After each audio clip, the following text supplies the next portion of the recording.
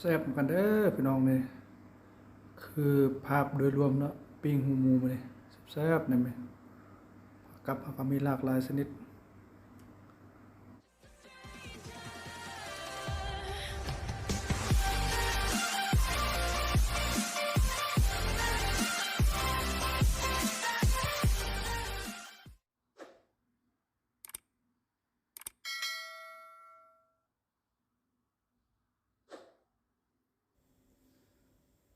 สบายดีพ่อแม่พี่น้องพอๆกันอีกแล้วกับซ่องเบาใจคนไทยบ้านคือเก่าพี่น้องมื้อนี้บ่ได้ไปทางใดนะอยู่เฮือนคือเก่าอัดคลิปอยู่เฮือนเนาะมื้อนี้โอกาสดีเนาะที่ว่าแม่ค้าผ่านมาทางบ้านเนาะก็เลยถามซื้อกันหน้ากากหมูนำเพิ่นเนาะแต่ว่าหูหมูเนาะพอดีได้โลนึงพี่น้องก็เลยมาปิ้งมื้อนี้เนี่ยแซ่บๆนะ วันนี้ปิ้งหมูเนาะเนี่ยเจียวน้ำมะขามแซ่บๆคันแม่ค้าเพิ่นบ่ผ่านมาก็บ่ได้กินแน่มื้อนี้เนาะใครได้เพิ่นผ่านมาขายทางบ้านกินมื้อนี้ก็มีปิ้งหูหมูเนาะแล้วก็ข้าวปุ้นผักกับก็มีผักกัดกำหอมบัวเนาะแล้วก็ผักสลัดเห็ดพันธุ์เลยพี่น้องมื้อนี้โอ้หลายผักนะเลยผักเผ็ดก็มีเผ็ดกระเทียมมีหลากหลายชนิดเนาะอยากเข้ามามอลองเบิ่งก่อนนะมากินดีกว่าเด้อพี่น้องบ่อะไรห่างเนาะคำแรกแขกหวานพี่น้องแซ่บๆเหมือนกันเลยห่อคำง่ายพาพี่พาน้องกินดีกว่าเด้ออ่ะก็แซ่บโอ้โชคดีแล้วมื้อนี้นะเพิ่นมาขายอยู่พอดีผ่านทางหน้าเฮือนบ่าวจ่ายเลยเนาะก็เลยซื้อนำเพิ่นโอ้กรอบดีขนาด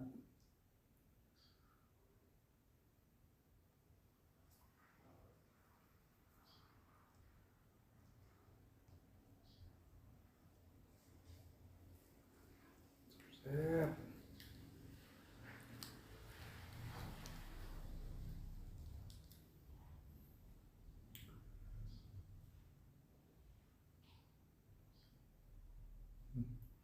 ครับแรกแหกมันคำง่ายเลยพี่น้องนี่เจียวเด้อกินดีกว่านะพี่น้อง Oh no!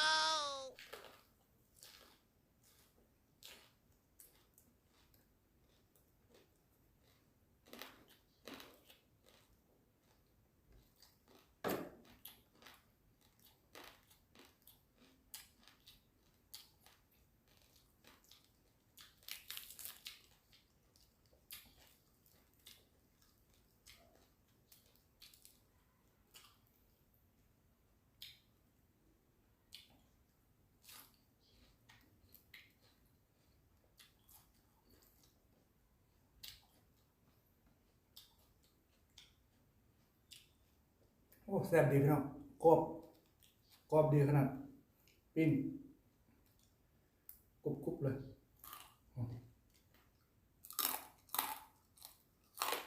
อืมกรอบ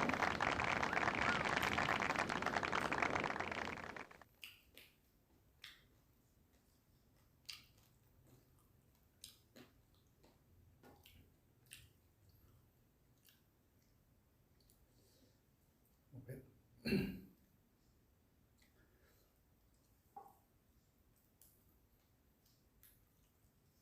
มาเริ่มมากินกันเพื่อนพี่น้อง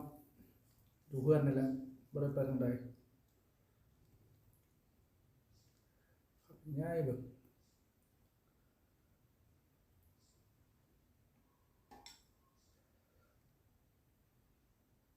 ได้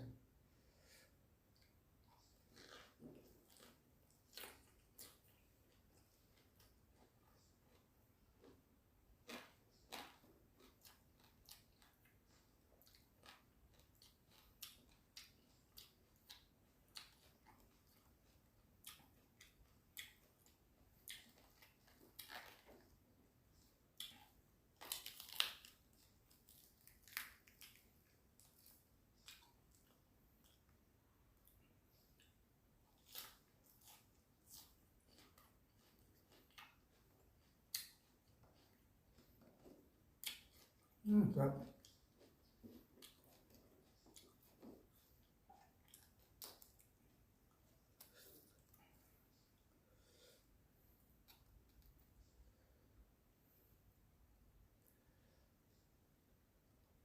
แซ่บหลายแซ่บหลายพี่น้องแซ่บหลาย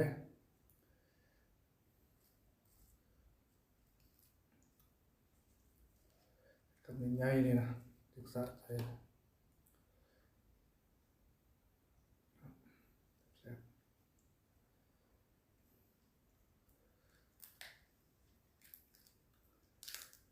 โอ้ความกรอบผักสลัดกรอบเลย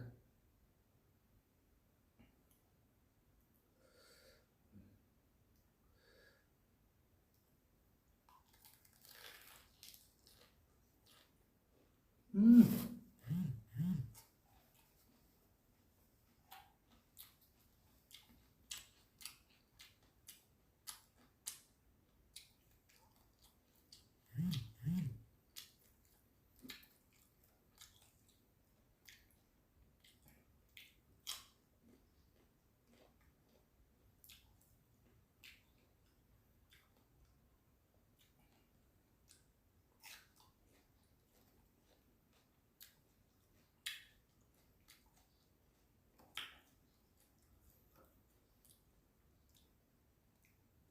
ส่วนส่วนเมียอัดคลิปนำเมียบ่อัดก็เลยเฮ็ดเองซะเดี๋ยวกินผู้เดียวก็แซ่บคือกันเบิดเลยเมียบ่อยากน่าอายเพิ่นว่าบ่อยากเฮ็ดนำน่าอายเป็นจังไดก็ฝากน้องพี่น้องๆเนาะกดไลค์กดแชร์ให้บ่าวจายเด้อกดไลค์กดแชร์กดติดตามให้บ่าวจายเด้อ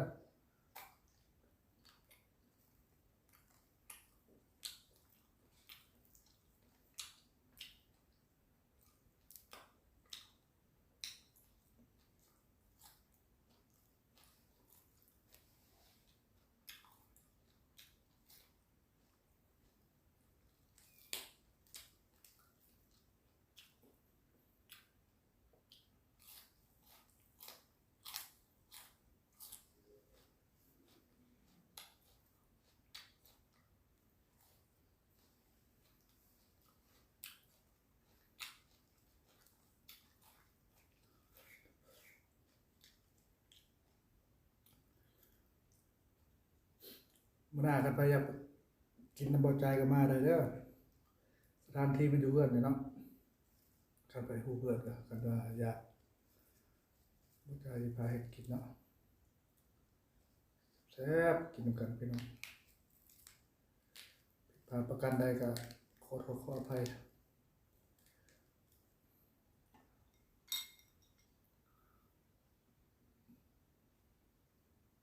ฝากพี่ฝากน้องกดไลค์กดแชร์กดติดตามนะกดกระดิ่งเพื่อสิบ่ได้พลาดคลิปใหม่ๆคลิปต่อๆไปนะ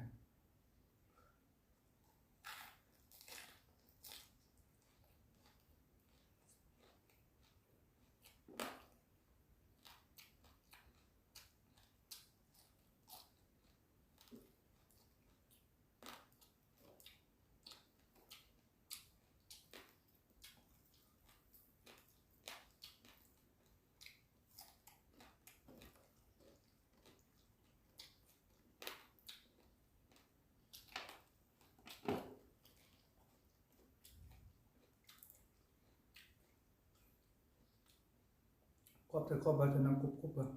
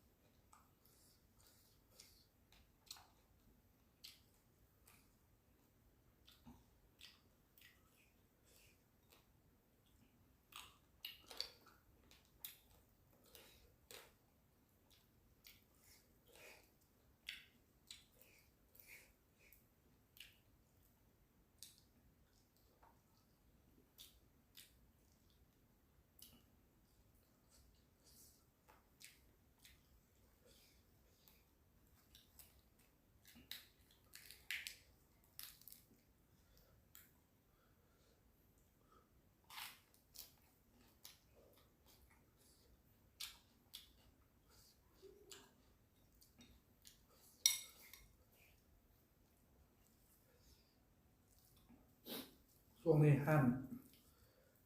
นปิ้งเลยก็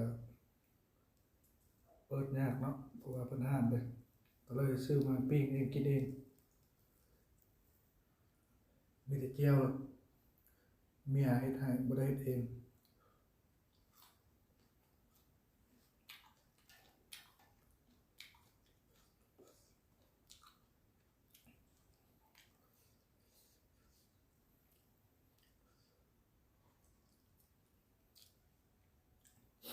ปิ้งเองกินเองแซ่บเองอีกพี่น้อง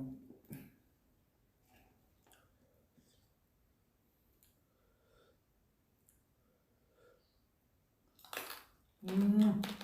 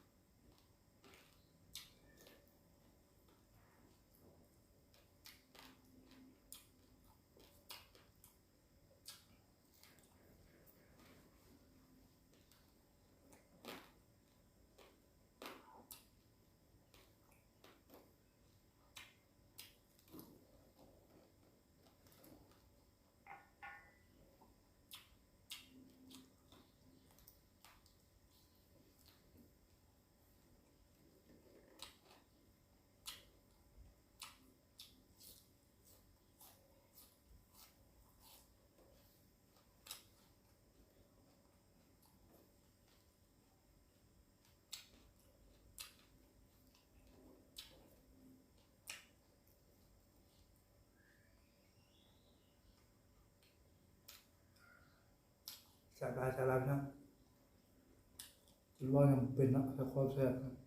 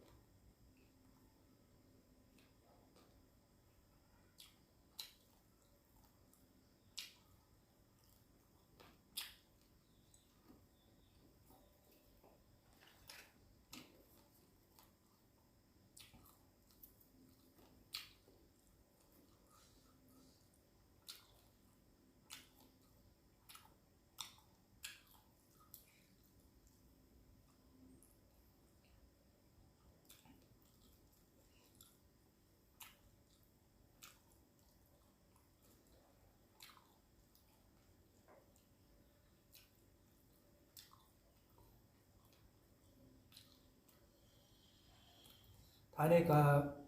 ฝากคลิปเบาใจคนไทยบ้านเนาะนำพี่นำน้องเลยเด้อฝากกดไลค์กดแชร์กดติดตามเนาะเพื่อสิบ่ได้พลาดคลิปใหม่ๆแล้วพบกันใหม่ในคลิปหน้าเนาะผิดพลาดประการใดก็ขอโทษขออภัยเนาะขอขอบใจบ๊ายบาย